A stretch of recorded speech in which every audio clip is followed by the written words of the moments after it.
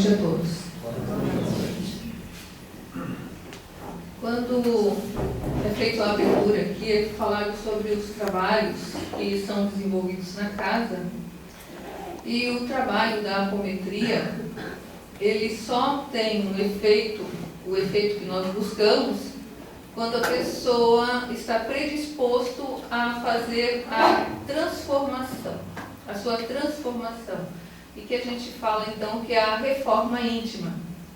Muita gente que vem pela primeira vez na casa e que vem buscando atendimento, não entende que é marcado lá o nome e a pessoa tem que participar às vezes de 4, 5, tem casas espíritas que são 7 palestras. Mas como? Porque eu vou ter que ir lá 7 vezes para poder participar de um trabalho da apometria.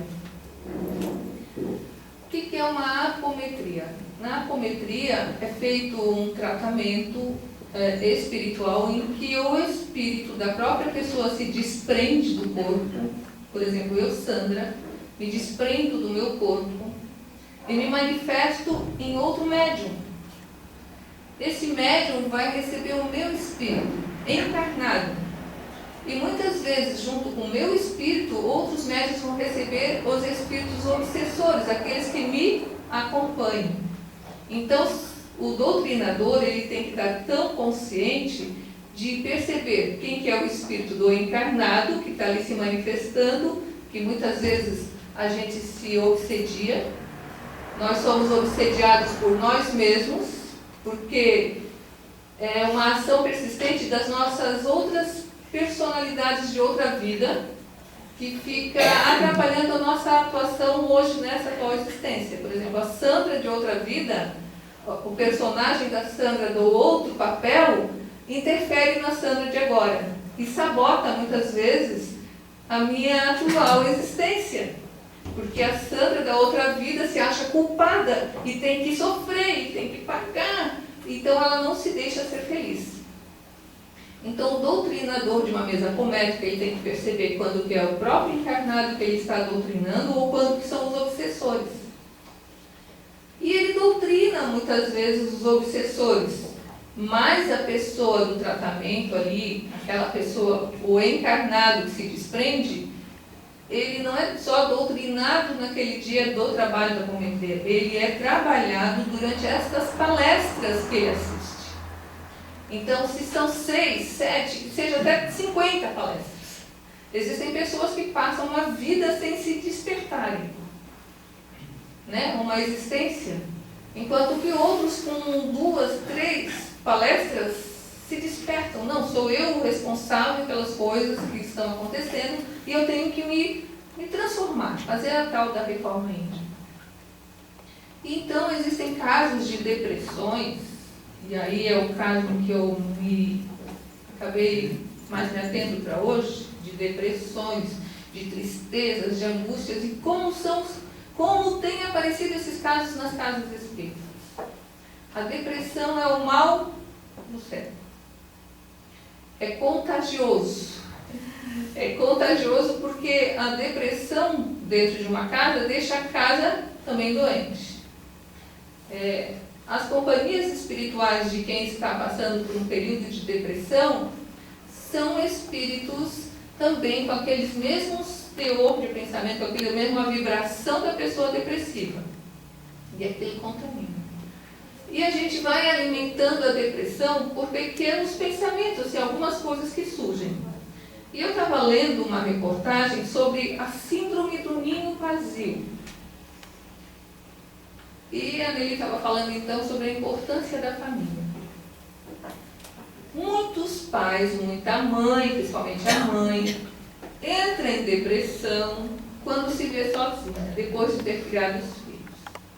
Eu estava lendo uma crônica e até comecei a ler mais sobre isso, porque eu estava lendo uma crônica em que a pessoa estava sentada na mesa e da onde que ela estava, ela observava os pássaros no ninho.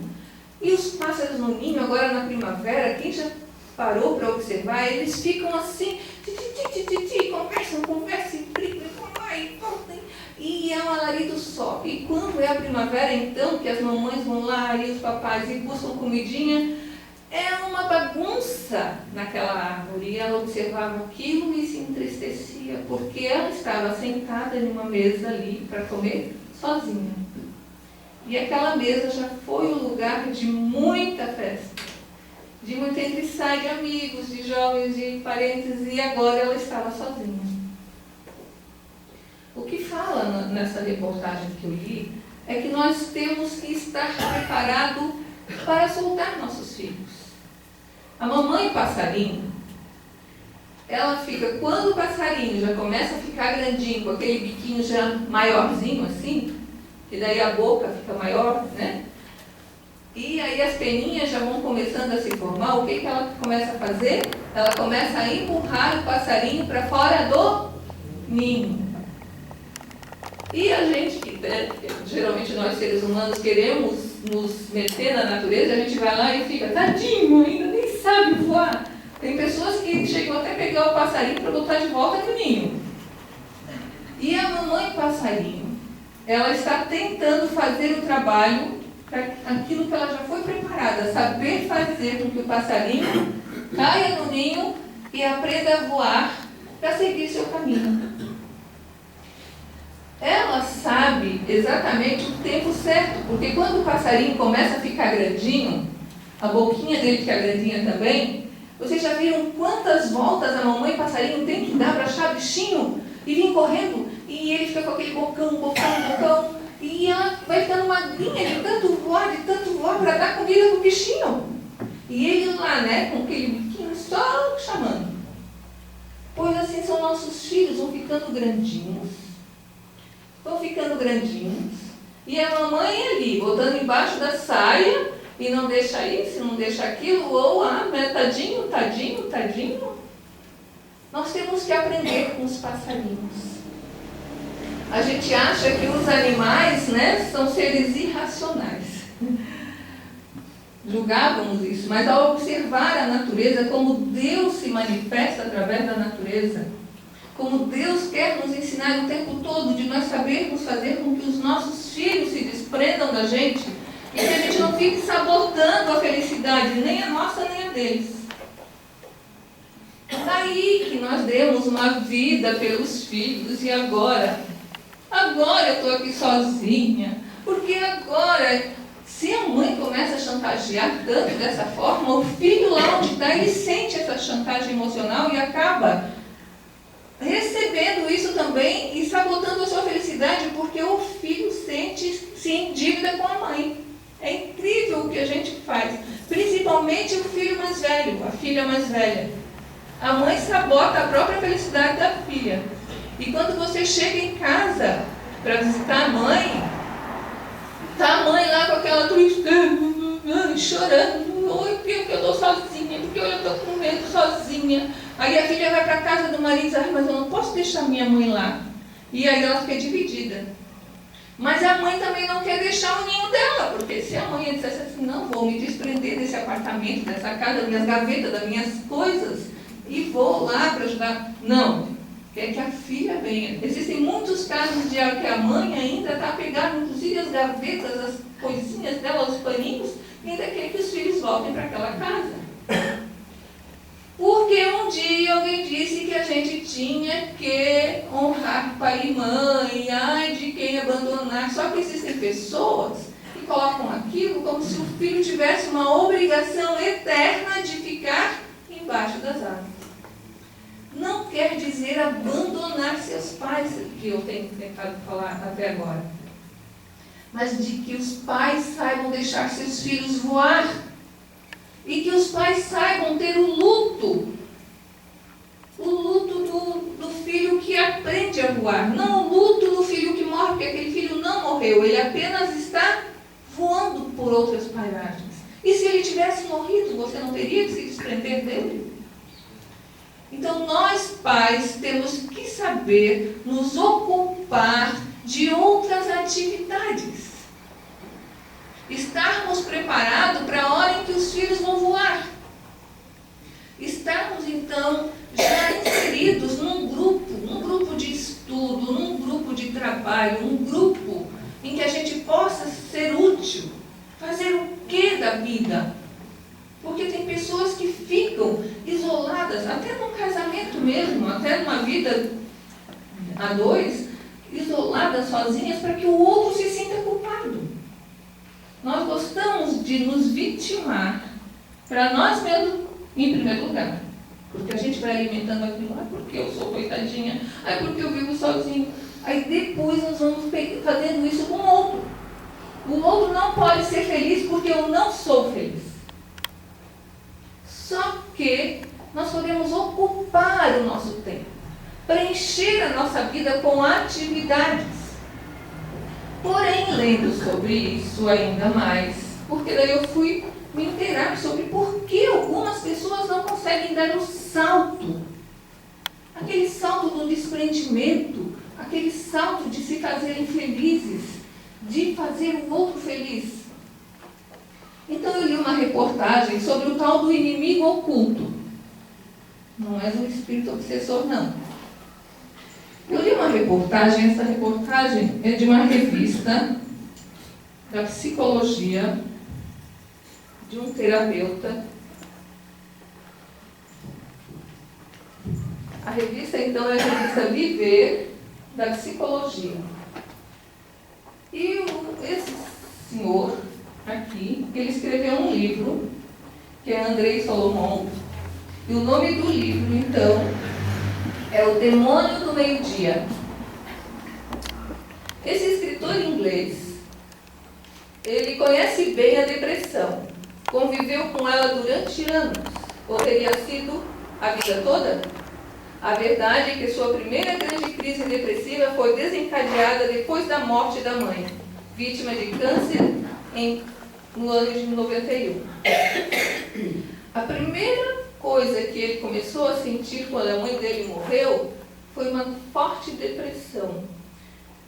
E ele, então, a princípio, ele começou assim a ver que ele não tinha condições de sair daquilo. Quantas pessoas a gente sabe que a mãe morreu e consegue, então, passar por aquilo e continuar vivendo? Quantas pessoas, os filhos saem de casa, constituem família, vão para os Estados Unidos, não é nem ali para o outro bairro ou para outra, vão para outros países e as pessoas continuam vivendo, passam por aquilo sem entrar em depressão. Pois nesse caso, esse senhor, ele entrou numa depressão pela morte da mãe. E entrou num quadro depressivo tão forte que ele adoeceu de uma forma tal que ele teve que buscar ajuda psiquiátrica. E estando sendo tratado, com tratamentos psiquiátricos, ele pensou assim, por que eu não fui buscar ajuda há mais tempo? Porque existem pessoas que precisam de ajuda. E ele diz assim, numa entrevista que foi feita com ele. Eu vou ler porque são partes muito importantes dessa reportagem. O título do livro que ele colocou é O Demônio do Meio-Dia. Por que o senhor escolheu como título O Demônio do Meio-Dia? Ele responde, o título se refere ao Salmo 90 ou 91, dependendo da versão da Bíblia que você tem. E que é dito nesse salmo: a sua verdade o circundará como um escudo. Não temerás os terrores da noite, nem a seta que voa de dia, nem a peste que anda na escuridão, nem a invasão ou o demônio do meio-dia. Os estudiosos da Idade Média disseram que demônio do meio-dia seria então a descrição da depressão. Todos os outros demônios vêm na escuridão da noite, mas o demônio do meio-dia é o único que não deixa sozinho, que está com você o tempo todo. Então pareceu-me uma boa descrição da depressão. O demônio do meio-dia, diz ele, que é a depressão, como ele intitulou, ela mascara muitas vezes muitas coisas. Existem pessoas que estão no alcoolismo, na drogadição, com doenças cardíacas causadas por um único mal, que é a tal da depressão, mascarada então por esses outros tipos de comportamento. A depressão aqui mais na frente, ele diz assim, ó, a revista perguntou para ele, o que o poder público pode fazer em países como o Brasil para enfrentar essa afecção que tomou dimensões de uma epidemia? Gente, se vocês aqui, um de vocês está com depressão, saibam que vocês não estão sozinhos. Vejam bem o que diz aqui. Para enfrentar essa afecção que tomou dimensões de uma epidemia. Resposta dele. Primeiro, o que o nosso país tem que fazer? Primeiro, aumentar a conscientização sobre o problema. Só então, pessoas que hoje sofrem com isso estarão mais aptas a identificá-lo. Segundo, provendo boas formas de tratamento que não são tão caras, igualando programas razoáveis para pagar por medicação e terapia. Terceiro, tentando apagar o estigma que há em torno da doença por meio de educação pública, então as pessoas que demandam de ajuda poderão ser auxiliadas. E mais na frente ele fala então das formas de tratamento. Tem que ser diagnosticado. A maioria das pessoas com depressão, ele diz assim, que a pessoa se sente como que sugada. O certo não é nem ser infeliz, ele diz, não é questão de ser feliz, é questão de se ver sugada, esvaziada, sem forças. E a pessoa perde, então, ele descreve, o ânimo de viver, de se arrumar, de botar uma roupa, sequer de abrir a janela. A pessoa perde o ânimo de fazer as pequenas coisas. Então, quando a gente vê um parente assim, a gente vê que ele está numa situação que ele precisa de ajuda, ele diz aqui.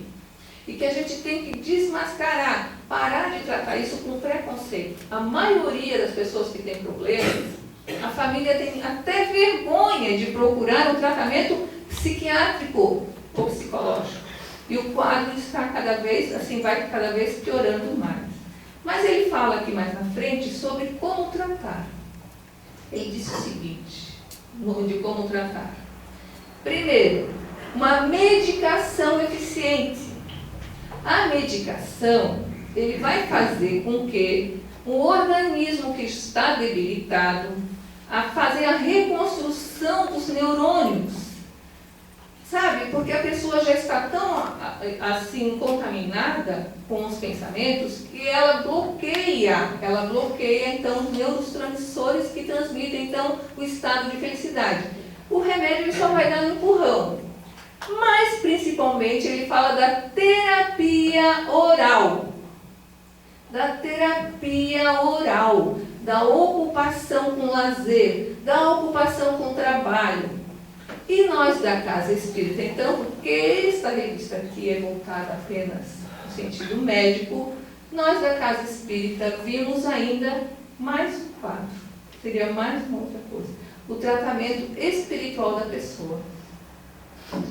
Porque todo depressivo não está depressivo sozinho. O que é uma depressão numa estrada? Quando você passa numa estrada que tem uma depressão, ela tem o quê? Um buraco. Uma pessoa depressiva, ela abre um buraco em que ali, como um imã, vai atraindo tudo quanto é coisa que não presta. Um buraco da rua, quando chove, tudo que é lixo que tem, a chuva empurra, o vento empurra para o tal do buraco. Pois quando nós abrimos esse buraco da depressão, nós nos encharcamos com tudo quanto é pensamento. Você liga a televisão, você só vê coisa ruim. Você fala com alguém, você só está prestando atenção nos assuntos ruins. Não pode nem pensar em escutar sobre alguma coisa de doença, porque você começa a sentir aquela doença também. Além de depressivo, vira hipocondríaco, né? Então a pessoa começa a sentir dor de tudo. A depressão é só o primeiro passo para outras doenças. E no tratamento, então, espiritual, a gente vai fazendo com que a pessoa faça a tal da reforma íntima, que é dar o primeiro passo para a mudança de pensamento. Começar a agradecer, começar a ter gratidão. O primeiro passo da reforma íntima é se perdoar. Errou, a gente erra, todos os dias nós erramos, Então, trabalhar o perdão, isso na doutrinação lá do espírito que está obsediando, como quanto da pessoa no desdobramento apométrico, é trabalhar o perdão. Nós temos que nos perdoar. A partir de agora, todo momento, o momento presente é um momento de recomeço. Agora você pode recomeçar. Não deixa para amanhã, para segunda ou para outra semana. Agora, o momento presente é um momento de transformação e de começar a se perdoar. Jesus não disse para aqueles ladrões lá que estavam presos lá na cruz que eles teriam que reencarnar e vir e sofrer e ficar sofrendo porque eles foram ladrões. Quando eles resolveram a tomar uma atitude de reconhecer Jesus como Filho de Deus e que eles acreditavam em Deus, a partir daquele momento eles já estariam no céu.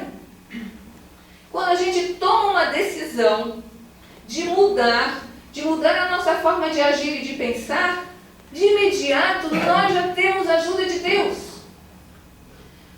A partir de agora, nesse momento presente, que é o presente de Deus, eu decidi mudar minha maneira de pensar. Os espíritos superiores, os nossos protetores, ganham força e poder. Eles estavam o tempo todo do nosso lado, mas nós não víamos, nós não escutávamos. Quando nós nos decidimos a levantar nossa cabeça e dizer, não, agora eu me perdoo e estou disposto a mudar, nós abrimos a sintonia do canal que eles precisavam. É preciso que a gente dê o primeiro passo de transformação, de reforma íntima.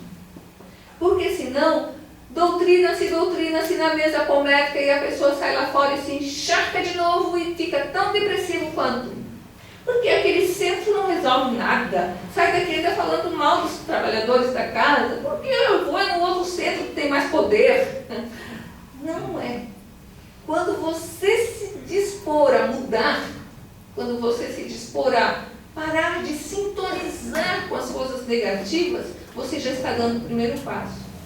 Ajuda psiquiátrica do medicamento se faz necessário? Sim. Porque sabe quando você toma uma água e alguém diz assim, aí dentro tem remédio, acredita que você vai se sarar, e você começa a se sarar? Então é como se fosse um empurrão do primeiro pensamento. Estar disposto a abrir a casa e sair e ir até o médico já é o primeiro passo. Lá o médico vai lhe dar injeção de ânimo. As pessoas vão conversar com você. Aí você já ganha o primeiro impulso para ir numa casa espírita, muitas vezes trazido por alguém, porque uma pessoa em estado de depressão grave, ela não tem forças nem para vir numa casa espírita. Ela precisa ser auxiliada. E é um momento muito difícil, um momento de abrir. E nós vamos criando eu comecei a falar do tal do ninho vazio, porque são os tais dos primeiros pensamentos. Primeiro era só um pensamento assim, porque meu filho não veio essa semana, passou uma semana, meu filho não veio. Deve ser aquela nora sem vergonha que não deixa ele vir. Ou é o contrário. E já começa a falar mal da nora, já começa a falar mal de não sei o quê. Aí quando o filho vem, descasca.